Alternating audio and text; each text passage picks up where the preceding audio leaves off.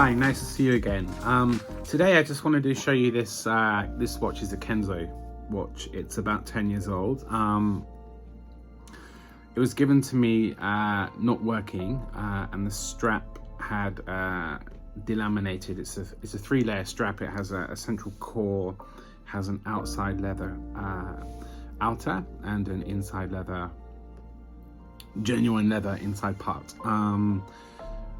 I tried to replace the strap, but it was impossible to find one. It's like a weird, I don't know if you can see, it's a screw-in, 27 millimeters wide. And it also has the Kenzo buckle. So it's basically impossible to find it. So the only alternative we had was to repair it. And it's the first time I've ever tried to repair a strap, and I'm just gonna show you what I used and the end result. So maybe you can see the strap is a bit shiny on the outside here, and that's mainly to contain the glue and to stop it fraying any further. Maybe you can see, but on the edge it had peeled away completely all the way down, and it was essentially 3 individual strands of a strap. The buckle side was actually no problem at all, not one, but the part that went into it and bent often, that was in really bad shape and had previously been repaired. I don't think I've done the best job in the world, but it should give a few years more service. So what we initially used was a leather glue, which we covered both sides of the strap, then held the curve, and then we finished it with a finishing cover. I'm now going to show you the products. So this is the leather glue we used.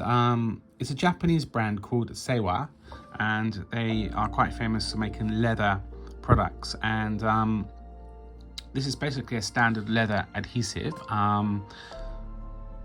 I'm not quite sure exactly what it does, but it had a good rating on Amazon, and it did a really good job sticking the strap back together. It's kind of like PVA. It dries clear, but it's a bit, I'd say it's a bit stronger than PVA. It's like PVA's big brother. Then once that had set and it all finished, I used this.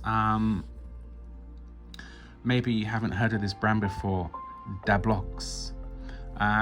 It's quite famous in Japan for making leather care products. In this case, leather cream. What this did was I wanted to try and stop it cracking in the future and also delaminating. So by nourishing the leather strap, it actually really increased how excuse my pronunciation of that word, how bendable it is. And you know, I didn't take a before shot, but it's actually hugely more supple than it used to be. And once that had dried, we gave it a buff, which looked good. And then one thing that I wanted to experiment with was this. It's called a Cover Super.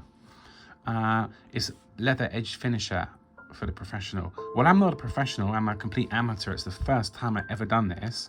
But the reason I wanted to try it mainly was that, you know, when you glued it together, it looked really ugly on the side. And you know, when you buy nice leather products, it has like shiny edge. And what this is that shiny edge in liquid form. So it's quite tricky to apply to the kind of broken up, damaged edge. But you know, hopefully that'll wear in and won't be so noticeable. Of course, just to match it, we put it on the healthy side, and it actually turned out really well. But overall, what we've done here, we've taken a watch that was broken, had no battery, we replaced the battery, we've repaired the strap, and hopefully it'll be able to give many more years usage and enjoyment to the owner of this watch. I know that watches are sentimental things, and you know, even if you can't fix it at 100%, a few battle scars here and there just remind you of you know, the journey it's been through in life with you. So yeah, I'm pretty pleased with that.